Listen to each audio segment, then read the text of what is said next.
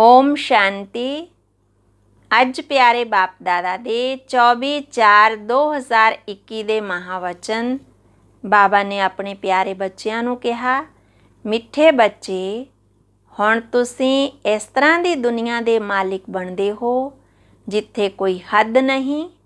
योग बल नाल सारे विश्व ਦੀ ਰਾਜਾਈ ਲੈਣਾ ਇਹ ਵੀ ਵੰਡਰ ਹੈ। प्रश्न है, ड्रामा दे किस बंधन विच बाप भी बनिया होया है? उत्तर है, बाबा कहंदे मैनू तुसी बच्चियां दे तुहाडे बच्चियां दे सन्मुख आउणा पैंदा है, माना सामने आउणा ही है। मैं इस बंधन विच बंधिया होया हाँ। जदों तक मैं ना आवां उदों तक उलझिया होया सूत सुलझ नहीं सकता। बाकी मैं तुहाडे उत्ते कोई किरपा जां आशीर्वाद करन लई नहीं आउंदा। मैं कोई मरे होए नूं जिंदा करन लई नहीं आउंदा। मैं तां आउंदा हाँ तुहानूं पतितां तों पावन बनाउण दे लई। गीत है, तुम्हें पाके हमने जहान पा लिया है। ओम शांति। गीत दे अखर सुन के ਤੁਹਾਡੇ ਬੱਚਿਆਂ ਦੇ ਰੋਮਾਂਚ ਖੜੇ ਹੋ ਜਾਣੇ ਚਾਹੀਦੇ ਹਨ, ਕਿਉਂਕਿ ਸਾਹਮਣੇ ਬੈਠੇ ਹੋ ਸਾਰੀ ਦੁਨੀਆ ਵਿੱਚ।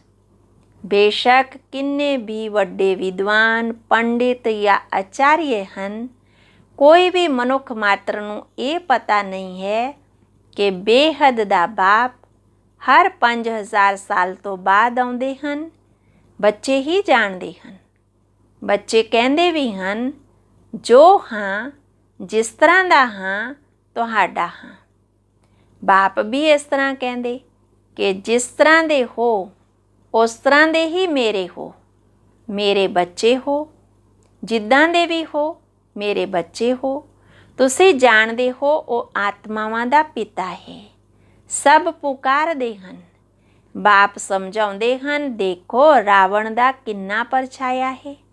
एक भी समझ नहीं सकते जिसनों असी परम पिता परमात्मा कहते हाँ।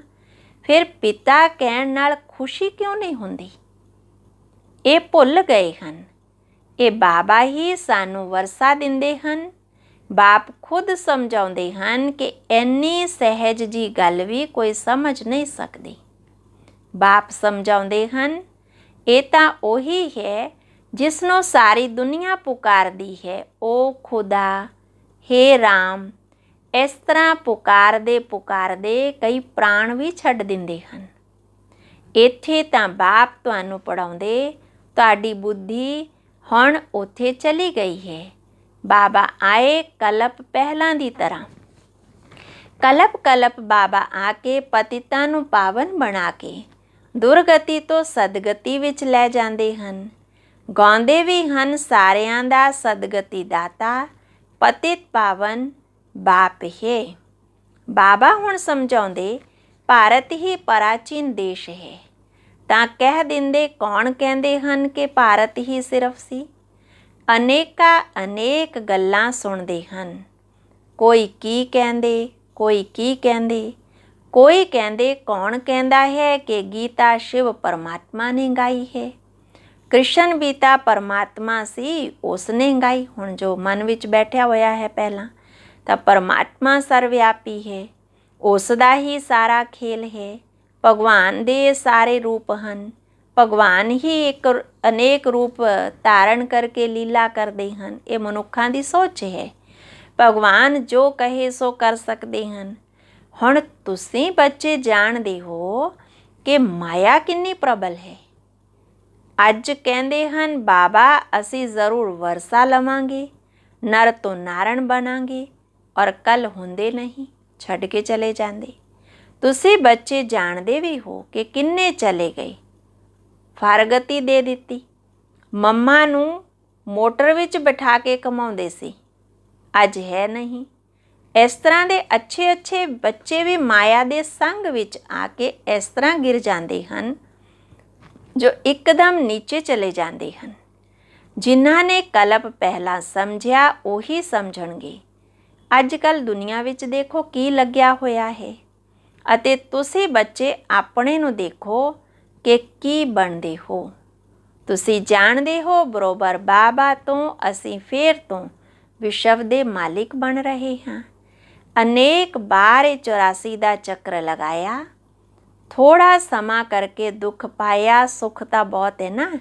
ਇਸ ਲਈ ਬਾਬਾ ਕਹਿੰਦੇ ਤੁਹਾਨੂੰ ਬੱਚਿਆਂ ਨੂੰ ਅਪਾਰ ਸੁੱਖ ਮੈਂ ਦਿੰਦਾ ਹਾਂ। ਹੁਣ ਮਾਇਆ ਤੋਂ ਹਾਰੋ ਨਹੀਂ। ਬਾਬਾ ਦੇ ਬੱਚੇ ਢੇਰ ਹਨ, ਸਾਰੇ ਤਾਂ ਇੱਕੋ ਵਰਗੇ ਸਪੂਤ ਨਹੀਂ ਹੋ ਸਕਦੇ।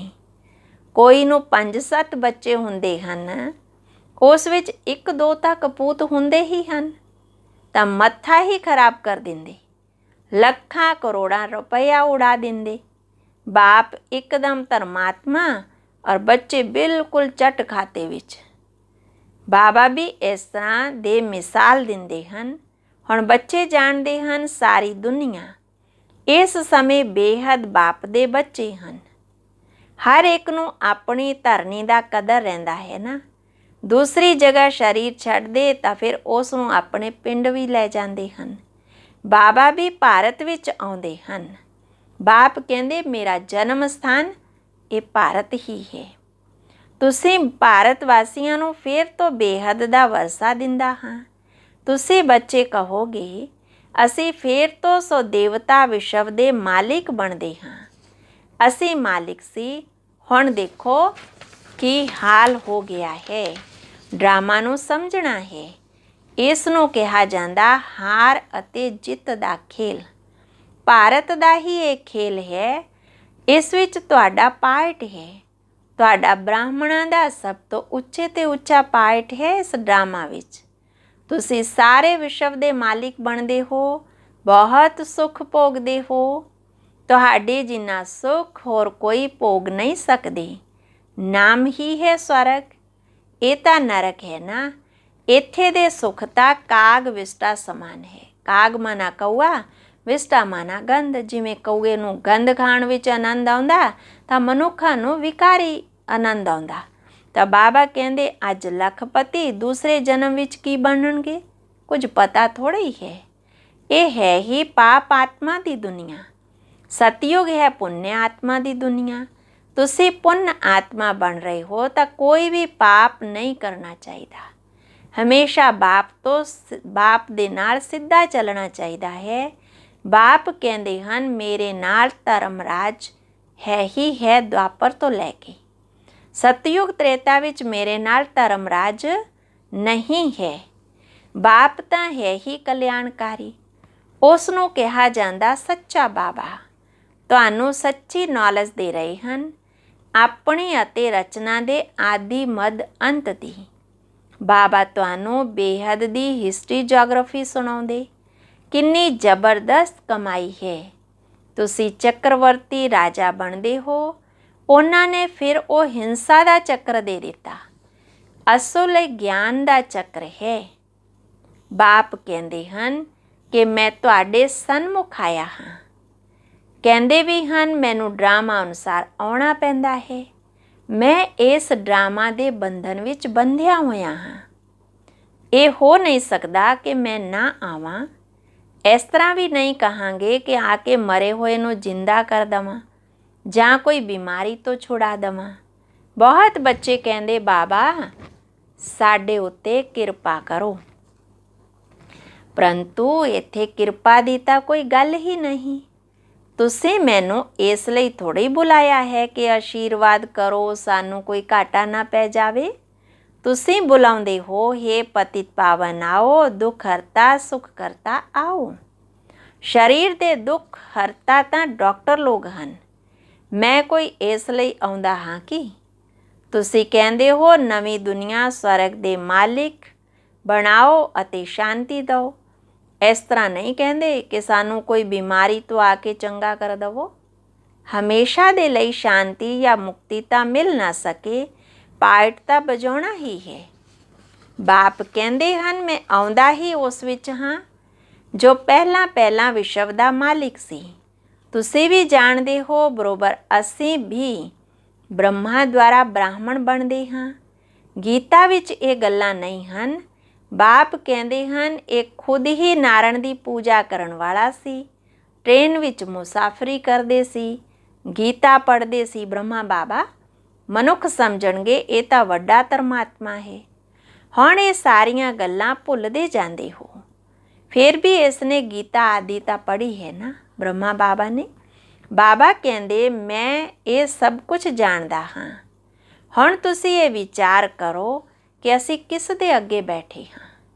ਜਿਸ ਦੇ ਨਾਲ ਵਿਸ਼ਵ ਦੇ ਮਾਲਿਕ ਬਣਦੇ ਹੋ, ਫਿਰ ਉਸ ਨੂੰ ਬਾਰ-ਬਾਰ ਭੁੱਲ ਕਿਉਂ ਜਾਂਦੇ ਹੋ। ਬਾਬਾ ਕਹਿੰਦੇ ਤੁਹਾਡੇ 16 ਘੰਟੇ ਤੁਹਾਨੂੰ ਫ੍ਰੀ ਦਿੰਦਾ ਹਾਂ, ਬਾਕੀ ਆਪਣੀ ਸਰਵਿਸ ਕਰੋ। ਆਪਣੀ ਸਰਵਿਸ ਕਰਦੇ ਹੋ ਮਾਨਾ ਵਿਸ਼ਵ ਦੀ ਸੇਵਾ ਕਰਦੇ ਹੋ। ਇੰਨਾ ਪੁਰਸ਼ਾਰਥ ਕਰੋ ਜੋ ਕਰਮ ਕਰਦੇ ਹੋਏ ਵੀ ਘੱਟ ਤੋਂ ਘੱਟ 8 ਘੰਟਾ ਬਾਬਾ ਦੀ ਯਾਦ ਵਿੱਚ ਰਹੋ। ਹੁਣ ਸਾਰੇ ਦਿਨ ਵਿੱਚ 8 ਘੰਟਾ ਯਾਦ ਕੋਈ ਕਰ ਨਹੀਂ ਸਕਦੇ। ਅਵਸਥਾ ਉਦੋਂ ਹੋਵੇਗੀ ਜਦੋਂ ਸਮਝਣਗੇ ਬਹੁਤ ਬਹੁਤ ਸਰਵਿਸ ਕਰਦੇ ਹਨ। ਇਸ ਤਰ੍ਹਾਂ ਮਤ ਸਮਝੋ ਅਸੀਂ ਬਹੁਤ ਸੇਵਾ ਕਰਦੇ ਹਾਂ, ਭਾਸ਼ਣ ਤਾਂ ਬਹੁਤ ਫਸਟ ਕਲਾਸ ਕਰਦੇ ਹੋ, ਪਰੰਤੂ ਯੋਗ ਬਿਲਕੁਲ ਨਹੀਂ। ਯੋਗ ਦੀ ਯਾਤਰਾ ਹੀ ਮੁੱਖ ਹੈ। ਬਾਪ ਕਹਿੰਦੇ ਸਿਰ 'ਤੇ ਵਿਕਰਮਾਂ ਦਾ ਬੋਝਾ ਹੈ, ਇਸ ਲਈ ਸਵੇਰੇ ਸਵੇਰੇ ਉੱਠ ਕੇ ਬਾਪ ਨੂੰ ਯਾਦ ਕਰੋ। 2 ਤੋਂ 5 ਤੱਕ ਹੈ ਬਹੁਤ ਵਧੀਆ ਵਾਯੂਮੰਡਲ। ਆਤਮਾ ਰਾਤ ਨੂੰ ਆਤਮ ਅਭਿਮਾਨੀ ਬਣ ਜਾਂਦੀ, ਜਿਸ ਨੂੰ ਨੀਂਦ ਕਿਹਾ ਜਾਂਦਾ। ਇਸ ਲਈ ਬਾਪ ਕਹਿੰਦੇ ਜਿੰਨਾ ਹੋ ਸਕੇ ਬਾਪ ਨੂੰ ਯਾਦ ਕਰੋ। ਮਨ ਮਨਾ ਭਵ, ਇਹ ਹੈ ਚੜ੍ਹਦੀ ਕਲਾ ਦਾ ਮੰਤਰ। ਅੱਛਾ, ਮਿੱਠੇ ਮਿੱਠੇ ਸਿੱਕੀ ਲੱਦੇ ਬੱਚਿਆਂ ਪ੍ਰਤੀ ਮਾਤਾ ਪਿਤਾ ਬਾਪ ਦਾਦਾ ਦਾ ਯਾਦ ਪਿਆਰ ਅਤੇ ਗੁੱਡ ਮਾਰਨਿੰਗ। ਰੂਹਾਨੀ ਬਾਪ ਦੀ ਰੂਹਾਨੀ ਬੱਚਿਆਂ ਨੂੰ ਨਮਸਤੇ। ਧਾਰਨਾ ਲਈ ਮੁੱਖ ਸਾਰ ਹੈ। ਪਹਿਲਾ ਪੁਆਇੰਟ, ਬਾਪ ਨਾਲ ਸਿੱਧਾ ਅਤੇ ਸੱਚਾ ਹੋ ਕੇ ਚੱਲਣਾ ਹੈ। ਕਲਿਆਣਕਾਰੀ ਬਾਪ ਦੇ ਬੱਚੇ ਹੋ, ਇਸ ਲਈ ਸਾਰਿਆਂ ਦਾ ਕਲਿਆਣ ਕਰਨਾ ਹੈ, ਸਪੂਤ ਬਣਨਾ ਹੈ। ਦੂਸਰਾ, ਕਰਮ ਕਰਦੇ ਵੀ ਘੱਟ ਤੋਂ ਘੱਟ 8 ਘੰਟਾ ਯਾਦ ਵਿੱਚ ਜ਼ਰੂਰ ਰਹਿਣਾ ਹੈ। ਯਾਦ ਹੀ ਮੁੱਖ ਹੈ। ਇਸ ਤੋਂ ਨਾਲ ਹੀ ਵਿਕਰਮਾਂ ਦਾ ਬੋਝਾ ਉਤਾਰਨਾ ਹੈ। ਵਰਦਾਨ, ਪੁਰਸ਼ਾਰਥ ਸ਼ਬਦ ਨੂੰ ਅਸਲ ਰੀਤੀ ਨਾਲ ਯੂਜ਼ ਕਰਨ ਵਾਲੇ, ਪ੍ਰਯੋਗ ਕਰਨ ਵਾਲੇ, ਸਦਾ ਅੱਗੇ ਵਧਣ ਵਾਲੇ ਸ੍ਰੇਸ਼ਟ ਪੁਰਸ਼ਾਰਥੀ ਭਵ। ਕਈ ਵਾਰ ਪੁਰਸ਼ਾਰਥੀ ਸ਼ਬਦ ਵੀ ਹਾਰ ਖਾਣ ਵਿੱਚ ਜਾਂ ਅਸਫਲਤਾ ਪ੍ਰਾਪਤ ਹੋਣ ਵਿੱਚ ਚੰਗੀ ਢਾਲ ਬਣ ਜਾਂਦਾ ਹੈ। ਜਦੋਂ ਕੋਈ ਵੀ ਗਲਤੀ ਹੁੰਦੀ ਹੈ ਤਾਂ ਕਹਿ ਦਿੰਦੇ ਹੋ ਕਿ ਅਸੀਂ ਤਾਂ ਪੁਰਸ਼ਾਰਥੀ ਹਾਂ, ਪਰੰਤੂ ਅਸਲ ਪੁਰਸ਼ਾਰਥੀ ਕਦੇ ਵੀ ਹਾਰ ਨਹੀਂ ਖਾ ਸਕਦੇ, ਕਿਉਂਕਿ ਪੁਰਸ਼ਾਰਥ ਸ਼ਬਦ ਦਾ ਅਸਲੀ ਅਰਥ ਹੈ ਖੁਦ ਨੂੰ ਪੁਰਸ਼ ਅਰਥਾਤ ਆਤਮਾ ਸਮਝ ਕੇ ਚੱਲਣਾ। ਇਸ ਤਰ੍ਹਾਂ ਦੀ ਆਤਮਿਕ ਸਥਿਤੀ ਵਿੱਚ ਰਹਿਣ ਵਾਲੇ ਪੁਰਸ਼ਾਰਥੀ ਤਾਂ ਸदैव ਮੰਜ਼ਿਲ ਨੂੰ ਸਾਹਮਣੇ ਰੱਖਦੇ ਹੋਏ ਚੱਲਦੇ ਹਨ।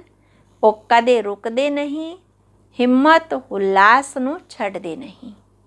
ਸਲੋਗਨ ਹੈ, ਮਾਸਟਰ ਸਰਵਸ਼ਕਤੀਮਾਨ ਦੀ ਸਮ੍ਰਿਤੀ ਵਿੱਚ ਰਹੋ। ਇਹ ਸਮ੍ਰਿਤੀ ਹੀ ਮਾਲਿਕਪਣ ਦੀ ਸਮ੍ਰਿਤੀ ਦਿਵਾਉਂਦੀ ਹੈ।